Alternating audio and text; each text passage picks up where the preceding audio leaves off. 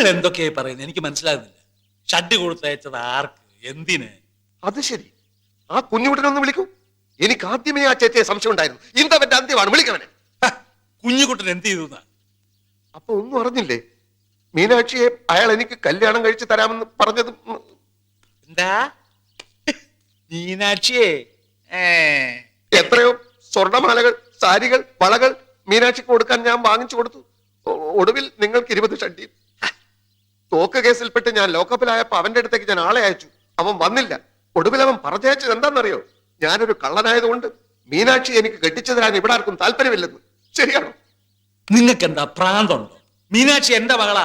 അവളെ ആർക്ക് കല്യാണം കഴിച്ചു കൊടുക്കണമെന്ന് കുഞ്ഞുകുട്ടനല്ല തീരുമാനിക്കുന്നത്. എന്താടാ ഇവിടെ? ആരാ ഇവരൊക്കെ? ഞാൻ ഇവിടുത്തെ മീനാക്ഷിയെ കല്യാണം കഴിക്കാൻ പോകുന്ന ആളാണ്. എന്താ? കുഞ്ഞുകുട്ടൻ അങ്ങനെ വാക്ക് കൊടുത്തു അത്രേ. എന്നിട്ട് ഷഡ്ഡി മീനാക്ഷിക്ക് കൊടുക്കാനെന്നും പറഞ്ഞ് ഇയാളുടെ പല പല സാധനങ്ങളും വാങ്ങിച്ചതാ പറയുന്നത്. പറയുന്നതെല്ലാം സത്യമാണ്. ലോക്കപ്പിൽ കിടന്ന് ഞാൻ പലതും അനുഭവിച്ചു, ജീവിതം പഠിച്ചു. ഇനി ഒളിച്ചു കളിയില്ല. ഒന്നുകിൽ മീനാക്ഷി, അല്ലെങ്കിൽ കുഞ്ഞുകുട്ടൻ. രണ്ടിലൊന്നിനെയും കൊണ്ടേ ഞാൻ ഇവിടുന്ന് പോകും. നിർത്തടാ. കുടുംബത്തിൽ കയറി വന്ന് അസംബന്ധം പറയുന്നു. കുഞ്ഞുകുട്ടാ, കുഞ്ഞുകുട്ടാ, എടാ കുഞ്ഞുകുട്ടാ, പഴകുഞ്ഞു കുടിക്കുക. വിളിക്കടിയാ പഴകുഞ്ഞ ഇങ്ങോട്ട്.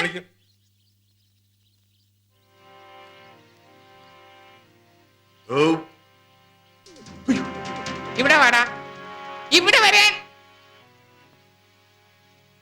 ഇവരീ പറയുന്നൊക്കെ നേരാണോ? ഞാൻ നിന്റെ തന്ത, ഇവരൊക്കെ നിന്റെ മറ്റു തന്തമാര്. എല്ലാ സത്യവും ഇപ്പൊ തുറന്നു പറഞ്ഞില്ലെങ്കിൽ ഇവിടെ ഇട്ട് നിന്റെ ചുട്ട് കരിക്കൂടാ. അത്രക്കായോ? എന്നാ രണ്ടിലൊന്നും അറിഞ്ഞിട്ട് ബാക്കി കാര്യം. എന്റെ കൈ ധരിക്കുന്നു.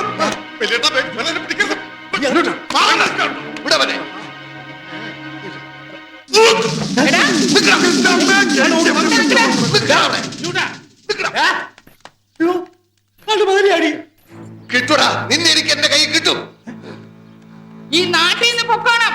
എന്റെ കയ്യിൽ കിട്ടിയ വെട്ടിക്കൊന്ന് ഞാൻ കെട്ടിത്തൂക്കും. കുടുംബത്തിന് നാണം കെടുത്താൻ ജനിച്ച തെണ്ടി. അമ്മ ഇനി ഒന്നും പറയണ്ട, ഞാൻ പോയി ചോദിക്കും. മീനുവിന്റെ കാര്യത്തിൽ ഇന്ന് തന്നെ ഒരു തീരുമാനം ഉണ്ടാവണം. ആ അച്ഛമ്മയുടെ സ്വത്ത് മണമെന്ന് എനിക്ക് വേണ്ട, അത് അവർക്ക് ഇഷ്ടമുള്ളവർക്ക് കൊടുത്തോട്ടെ. പക്ഷെ മീനുവിനെ തോന്നിയവർക്ക് കെട്ടിച്ചോർക്കുള്ള തള്ളയുടെ പൂതി ഉണ്ടല്ലോ, കയ്യിലിരിക്കുള്ളൂ. അത് തന്നെ എന്റെ അഭിപ്രായം. ഗോവന്നൻകുട്ടി ഒന്നും പറയണ്ട. ഇവൻ ആരോടാ ചോദിക്കാൻ പോകുന്നത്? ഇവന്റെ അമ്മൂമ്മയും അമ്മാവന്മാരും അവിടെ ഉള്ളത്. ആ ഓർമ്മ വേണം. പിന്നെ അവരെന്നെ പിടിച്ച് മൂക്കി കയറ്റി കളയോ? കുട്ടിക്കാലത്ത് ഉറപ്പിച്ചു വെച്ച് ഈ കല്യാണത്തിന് ഇപ്പൊ സമ്മതമല്ല എന്ന് പറയാൻ എന്താ കാരണം? വേണ്ട മോനെ, നമ്മളായിട്ട് വഴക്കിനും വക്കാണത്തിനൊന്നും പോകണ്ട. അങ്ങനെ വിട്ടാ ശരിയാവൂല. അവൾ ഇറങ്ങി വരുമെങ്കിൽ ഞാൻ വിളിച്ചോണ്ടിരും. ആരെന്തൊക്കെ പൊല്ലാപ്പെട്ടാക്കിയാലും ശരി. പറഞ്ഞത്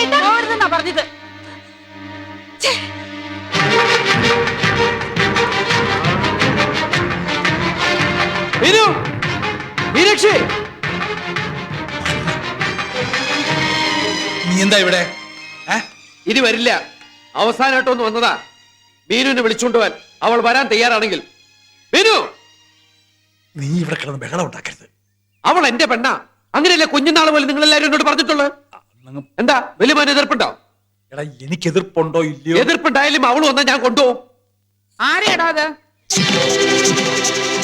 എന്താടാ നിനക്കെന്താ ഇവിടെ കാര്യം? ഞാൻ രണ്ടിലൊന്നും അറിയാനാ വന്നിരിക്കുന്നേ. നിങ്ങൾ മീനുവിന് വേറെ ആളെ തിരക്കുന്നു കേട്ടു. എന്റെ കോക്കില് ജീവനോടത്തോളം കാലം അത് നടക്കില്ല.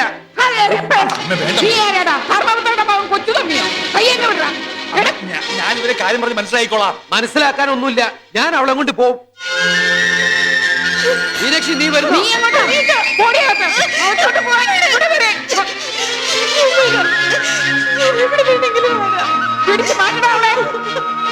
പിടിച്ചു മാറ്റാൻ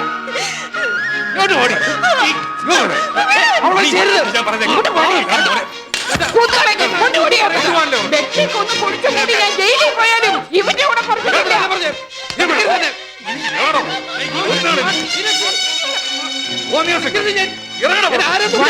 കൊണ്ടുപോടാ. ഈ പഠിക്കാത്ത കൊന്നുകളഞ്ഞ് പുറത്ത് കൊല്ലണ്ട.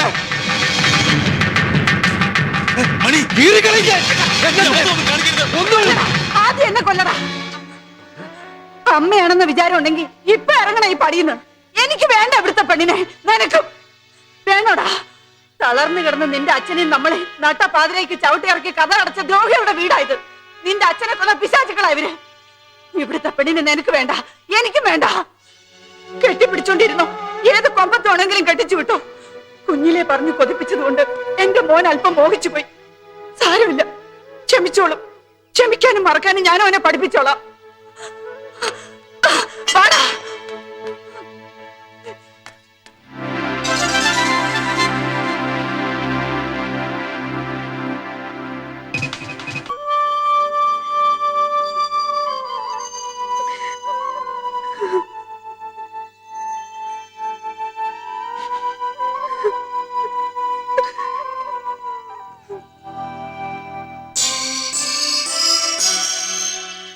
അയ്യോ ഈശ്വരാ.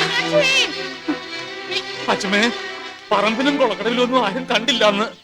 അടുക്കള വാതില് രാവിലെ തുറന്നു കിടക്കുന്ന ജോലിക്കാര് പറയുന്നത്. ആ പട്ടാളത്തിന്റെ വീട്ടിലൊന്ന് അന്വേഷിച്ചു. സാറേ, മീനാക്ഷി അങ്ങോട്ട് വന്നായിരുന്നോ? ഇല്ലല്ലോ. എന്താ? കാലത്ത് എഴുന്നിട്ട് അവളെ കാണുന്നില്ല. ഇവിടെ ഞാൻ തന്നെ കാണും അല്ലേ? കാണുന്നില്ല. ആരോടും ഒന്നും പറയാതെയാണോ പോയത്? എടി ഒരുമ്പട്ടോളെ, എവിടെ മീനാക്ഷി? വിളിക്കടി അവിടെ. മീനാക്ഷിയോ? അമ്മ എന്തായി പറയുന്നേ? നിനക്കറിയില്ല അല്ലേ? ഇത്രയും കാലം എന്റെ മുതൽ മുഴുവൻ കട്ട് തിന്നതും പോരാഞ്ഞ് ഇപ്പൊ പെണ്ണിനെ മോട്ടിച്ചോണ്ട് വന്നിരിക്കുന്നു. മര്യാദക്ക് ഇറക്കി വിടറി അവളെ. കിളവി, നാക്കിലെല്ലാം വെച്ച് തോന്നിയ ദിവസം പറഞ്ഞിട്ടല്ലോ. മണി, ഒന്ന് ചുമ്മാ ഇരിക്കാമേ. ഇവരാരാന്ന് ഇവരുടെ വിചാരം? ഒരാ സ്വത്തം കെട്ടിപ്പിടിച്ചിരിക്കുന്ന ഭൂതം. സഹിക്കുന്നതിനൊക്കെ ഒരു അതിരുണ്ട്. പ്രായം നോക്കില്ല ഞാൻ. എന്ത് പറഞ്ഞാലും അതെ, നിങ്ങൾ ഇവിടെ കിടന്ന് ഇങ്ങനെ തല്ലുകൂടിയിട്ട് കാര്യമില്ല. കുറച്ചു മുമ്പ് അമ്പലത്തിന്റെ അടുത്തൂടെ ഒരു ജീപ്പ് വേഗത്തിൽ ഓടിച്ചു പോകുന്ന കണ്ടു. അതിന്റെ അകത്തുനിന്ന് ഒരു പെണ്ണിന്റെ കരച്ചിലും കേൾക്കുന്നുണ്ടായിരുന്നു. ജീപ്പോ? ആരുടെ ജീപ്പ്? അതെനിക്കറിയില്ല. ഷൺമുഖം മുതലാളി അതിനുള്ളിൽ ഇരിക്കുന്ന കണ്ടു. എന്റെ ഭഗവതി, ചതിച്ചോ?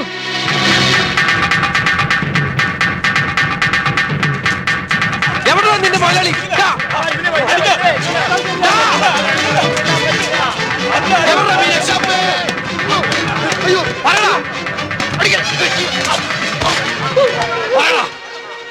എവിടെ മീനാക്ഷി?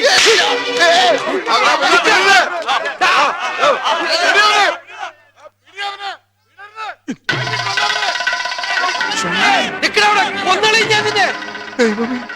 ഇവന്മാരും തന്റെ ഡെഡ് ബോഡി കൊണ്ട് പോകും.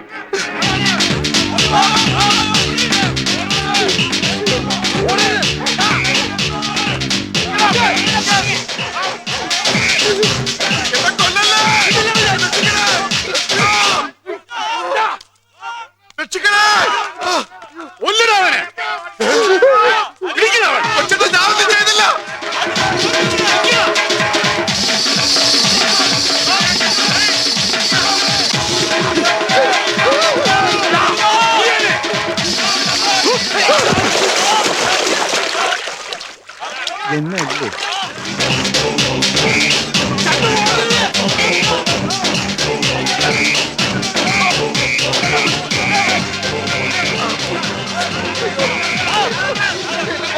ഞാനൊന്നും ചെയ്തിട്ടില്ല. എന്താ പ്രശ്നം? സാറിനെ തല്ലിയിട്ടുണ്ട്, പോലീസ് എന്നെ തല്ലിയിട്ടുണ്ട്. അതിനൊക്കെ കാരണം ഉണ്ടായിരുന്നു. മീനാക്ഷിയെ ഞാൻ കണ്ടിട്ടേ ഇല്ല. ഇവരെന്നെ കൊല്ലാൻ വരെ. ഇവൻ പറയുന്നു നിന്നെ ഇനി ആരും ഒന്നും ചെയ്യില്ല. വെറുതെ ആരെങ്കിലും എന്തെങ്കിലും പറഞ്ഞെന്ന് വെച്ചാൽ ഒരാളെ വെറുതെ പിടിച്ചിട്ട് തല്ലേ വേണ്ട. മീനാക്ഷി എവിടെ നിന്ന് കണ്ടുപിടിക്കണം? വിളിച്ചു നിൽക്കുന്ന ദ്രോഹി.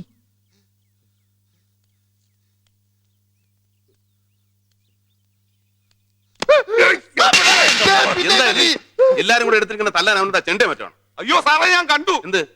പുഴയിലൊരു പെണ്ണിന്റെ ശവം പൊങ്ങിന്താണ് കിടക്കുന്നത്. പെണ്ണിന്റെ ശവം? എന്താ മീനാക്ഷി കുട്ടി ഇന്നലെ ഇട്ടിരുന്ന ഉടുപ്പിന്റെ നിറം? ഒന്ന് പറ. ചുമന്ന പാവാടയും ആപ്സാരി. അയ്യോ, എന്നാ ഇനി ഒന്നും ആലോചിക്കാനില്ല. ശവത്തിൽ കണ്ട നിറം അത് തന്നെ.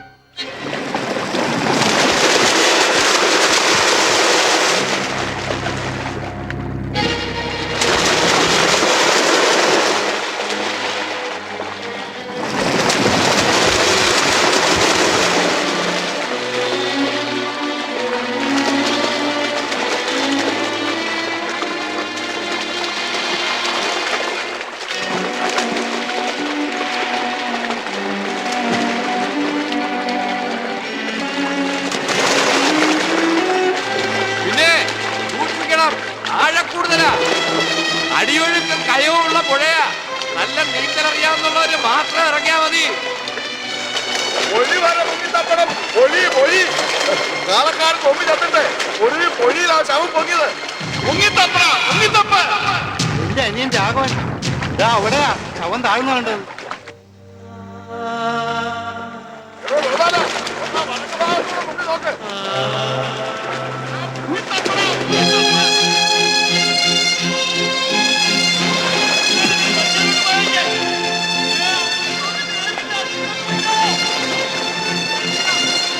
എന്റെ ഭഗവതി, എന്റെ കുഞ്ഞിനും സംഭവിക്കരുത്. എന്റെ കുഞ്ഞിനെ രക്ഷിക്കണേ. അത് വേറെ ആരെങ്കിലും ആയിരിക്കും അച്ഛനെ. അയ്യോ, ഒന്നും സംഭവിക്കില്ല. അച്ഛൻ കൂടി ഇരിക്കും. അയ്യോ, എനിക്ക് വയ്യ. എന്റെ കൈയും കാലും തളരുന്നു. അയ്യോ, എനിക്ക് വയ്യ. എന്റെ കുഞ്ഞിനൊന്നും സംഭവിക്കരുത്.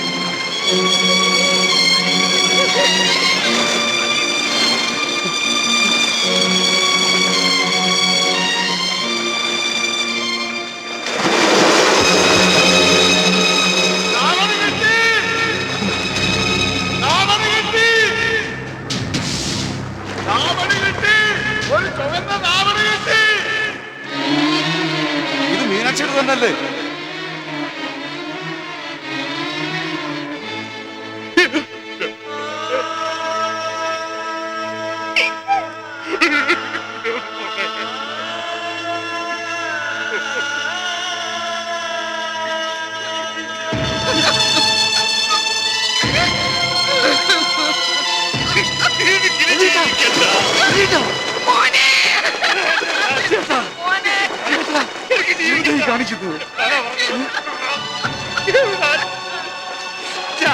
ഞാനാ എന്റെ മോളെ കൊന്നത്. എന്റെ മോളുടെ ഒരാഗ്രഹവും സാധിച്ചു കൊടുക്കാത്ത, ഒന്നിനും കൊള്ളാത്ത ഈ അച്ഛനെ ജീവിച്ചിരിക്കാൻ അവകാശമില്ല. അവകാശമില്ല. വല്യേട്ടൻ മാത്രമല്ല നമ്മുടെ മോളെ കൊന്നത്, എല്ലാരും കൂടിയാ. നമുക്ക് ആർക്കും ജീവിച്ചിരിക്കാൻ അവകാശമില്ല. തൃപ്തിയായില്ലേ അച്ഛമ്മയ്ക്ക്? പണപ്പെട്ടിയും താക്കോലും നെല്ലും നിലവും ഒക്കെ കെട്ടിപ്പിടിച്ചോണ്ടിരുന്നു. പക്ഷേ പനം നൊന്ത് മരിച്ച ആ മീനാക്ഷിയുടെ ശാപമുണ്ടല്ലോ, ഒരു കാലത്തും അച്ഛമ്മയ്ക്ക് സ്വസ്ഥത ഇല്ല. സ്നേഹിക്കുന്നവരെ അകറ്റുന്നതല്ല കുടുംബ മഹിമ. ഇപ്പൊ എന്തിനാ കരയുന്നേ? ഒക്കെ കഴിഞ്ഞില്ലേ? ഞാൻ അറിഞ്ഞില്ല മോളെ. അവളുടെ മനസ്സിൽ മണികണ്ഠനോടുള്ള സ്നേഹം അത്രയ്ക്കുണ്ടെന്ന് എനിക്കറിയാൻ കഴിഞ്ഞില്ല. എന്റെ കണ്ണിൽ തിമിരമായിരുന്നു. എന്റെ ഭഗവതി, എന്റെ കുഞ്ഞിനെ നീ ജീവനോടെ തിരിച്ചു തന്നിരുന്നെങ്കിൽ അവളുടെ ഏതിഷ്ടവും ഞാൻ സാധിച്ചു കൊടുക്കുമായിരുന്നല്ലോ. അതിന് പറഞ്ഞിട്ട് എന്താ കാര്യം? വൈകിപ്പോയില്ലേ? വൈകിപ്പോയിട്ടില്ല. മീനാക്ഷിയെ ഞാൻ തിരിച്ചു തരാം. ഭഗവതി തിരിച്ചു തന്നു എന്ന് വിചാരിച്ചാ മതി. മീനാക്ഷി,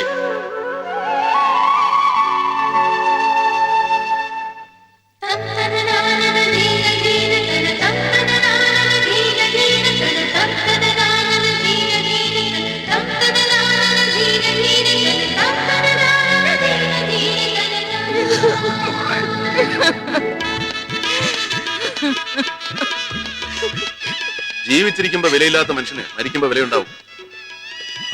ദുഷ്ടൻ മഹാനാവും, അസൂയ അഭിനന്ദനമാവും, വിരോധ ഇഷ്ടമാവും. അത് മനുഷ്യ സഹജമാണ്. അത് തന്നെയാണ് ആച്ചമ്മയ്ക്ക് സംഭവിച്ചത്. കഴിഞ്ഞ കാലത്തെ പാപങ്ങൾക്ക് പരിഹാരം ചെയ്യാൻ കിട്ടിയ ഒരു അവസരമാണിത്. പഴകരുത്.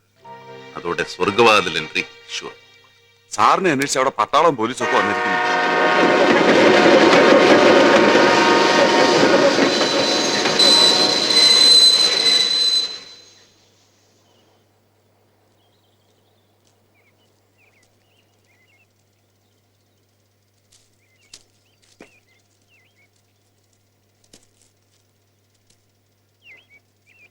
വിവാഹത്തിന് പങ്കെടുക്കാൻ നിവൃത്തിയില്ലല്ലോ. എന്നാലും എന്റെ മനസ്സും അനുഗ്രഹവും ഒക്കെ അവിടെ ഉണ്ടാവും.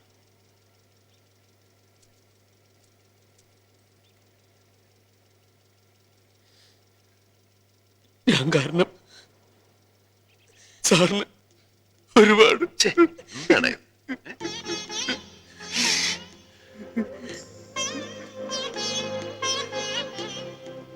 സന്തോഷിക്കേണ്ട സമയമല്ലേ അത്? എന്തെങ്കിലും നന്മ ചെയ്യാൻ അവസരം കിട്ടുക എന്നുള്ളതാണ് ജീവിതത്തിലെ ഏറ്റവും വലിയ ഭാഗ്യം. ആ ഭാഗ്യം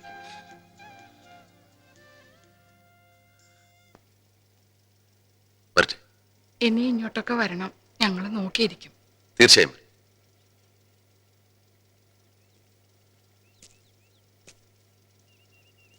ആ, നിങ്ങൾ ചെയ്ത ഉപകാരത്തിന് ഞാനൊന്നും തന്നില്ലല്ലോ. ഇതിരിക്കട്ടെ. സാറേ, ആ ഷൺമുഖം, തന്റെ പേരിൽ പരാതിയൊന്നുമില്ലാന്ന് ഞാൻ എഴുതി കൊടുത്തിട്ടുണ്ട്. ഞാൻ അറിഞ്ഞു സാറിന് പട്ടാളക്കാർ അറസ്റ്റ് ചെയ്തുകൊണ്ട് പോവുകയാണെന്ന് കേട്ടു. അതെ, ഇനി അവിടെ കൊണ്ടുപോയി തൂക്കി കൊല്ലുവോ? ഇല്ല, പിന്നെ ചവിട്ടി കൊല്ലുവോ? തല്ലുവും കൊല്ലുവൊന്നുമില്ലടോ, ശിക്ഷിക്കും, പിന്നെ വിടും. ഒടുക്കം നമുക്ക് രണ്ടുപേർക്കും കിട്ടിയില്ലല്ലേ? എടോ, നമുക്കൊക്കെ വേണ്ടി മുൻകൂട്ടി നിശ്ചയിച്ചുറപ്പിച്ച ഒരു ജീവിത സഖി എവിടെയോ കാത്തിരിക്കുന്നു. ഇന്ത്യയിൽ ജനിച്ച രാജീവ് ഗാന്ധിയുടെ വധുവാകാൻ ഇറ്റലിയിലെ ഒരു സോണിയ കാത്തിരുന്നു. കേരളത്തിൽ ജനിച്ച പ്രസിഡന്റ് KR നാരായണന് വധുവാകാൻ ബർമ്മയിൽ ഒരു ഉഷ കാത്തിരുന്നു. എന്തിന്? നമ്മുടെ മോഹൻലാലിന് വധുവാകാൻ മദിരാശിയിൽ ഒരു സുചിത്ര കാത്തിരുന്നു. അതുപോലെ എനിക്കും ഷൺമുഖത്തിനും വേണ്ടി ആരോ എവിടെയോ കാത്തിരുന്നു. ഒരു ദിവസം കണ്ടുമുട്ടും.